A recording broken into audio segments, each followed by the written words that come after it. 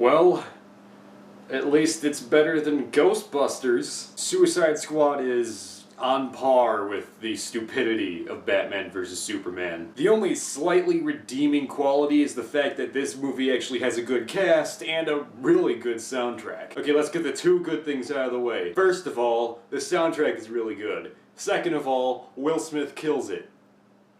That's really all about this movie that's actually any good at all. God damn it, Will Smith, why do you have to have such a good performance in such a bad movie? Okay, first off, this movie has awful pacing and even worse editing. It actually makes that Warcraft movie look somewhat good by comparison. For example, in the beginning of a movie, a witch possesses a black guy, and then the black guy turns into a giant Hawaiian thing, and then the Hawaiian thing turns into the thing from the thing, and then the thing turns into a giant robot Hawaiian thing, and then he starts killing subway people. And then in the very next scene, it cuts to morning, and at first I thought it was just the very next morning. It actually turns out it's 3 days later, but the movie doesn't tell you that until about half an hour later. There's also multiple points in the movie where there's text on the screen, but you can't read all of it because half the time it's scrolling up way too fast and then disappears after a few seconds.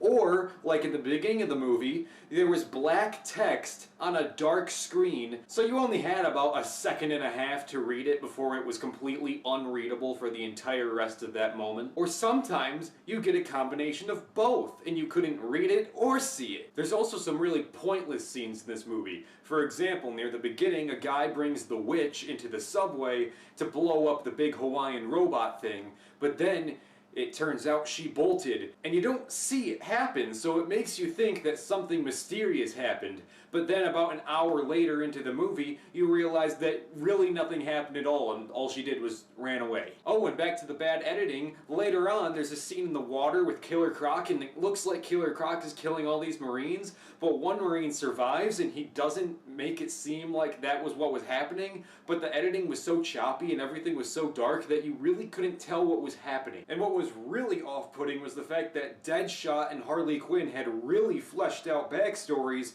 but other characters straight up had no backstory or very, very minimal backstory. Speaking of Harley Quinn, let's talk about the Joker in this movie. Why he was even here is absolutely dumbfounding to me. He plays absolutely no important role in the movie at all and has nothing to do with the actual plot. Not to mention, every time he came on screen, it was really uncomfortable. Not like Heath Ledger uncomfortable, but more like cringe-worthy uncomfortable. I still really hate his new design. Not to mention, you can't really tell what kind of Joker Jared Leto is going for. Is he going for Jack Nicholson? Is he going for Mark Hamill? Is he going for Heath Ledger? Is he going for something else?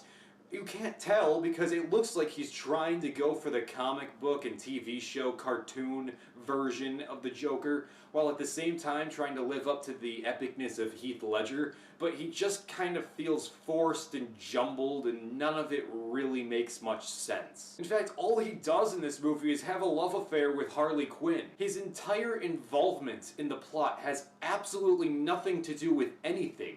I really don't understand why they put him in this movie at all. There was this one moment, though, where he was shooting a gun and he looked completely and utterly sadistic and insane, and at that point I was like, wow, that's almost Heath Ledger-like performance from Jared Leto. But that was only about 5 seconds out of this 2.5-hour movie. Did I mention he's only in the movie for about 10 minutes, too? I actually heard of all this really crazy fucked up shit that Jared Leto was doing because he was staying in character the entire time that he was on set. And at first I was like, wow, that's really cool. He's kind of doing what Heath Ledger was doing.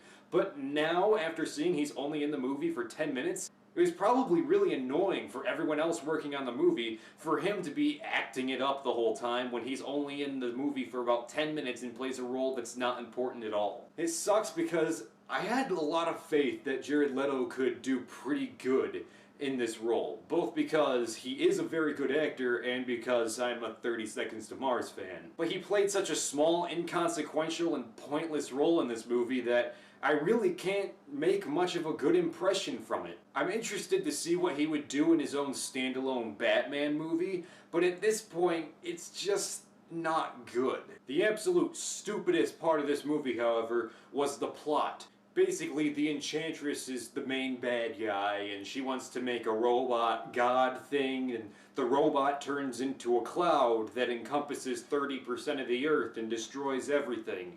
I really don't know what this obsession with destroying the entire planet in every single DC movie is. First it was Man of Steel, then it was Batman vs. Superman, now it's this. But don't worry, everything's gonna be perfectly fixed in about 2 months down in this timeline. Anyway, some big idiot thinks that bringing a bunch of bad guys together can make them good guys to fight an even worse bad guy. First of all, that is stupid.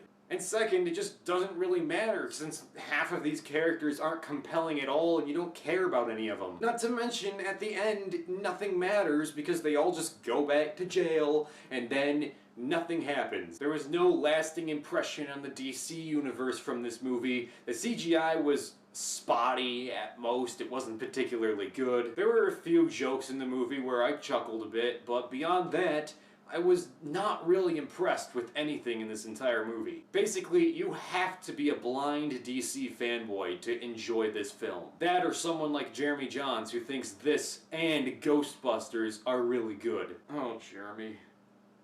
Why? Okay, yeah, this movie kinda sucked. I give it a 5 out of 10. Don't watch it. It's not worth your time or your money. DC, just stop.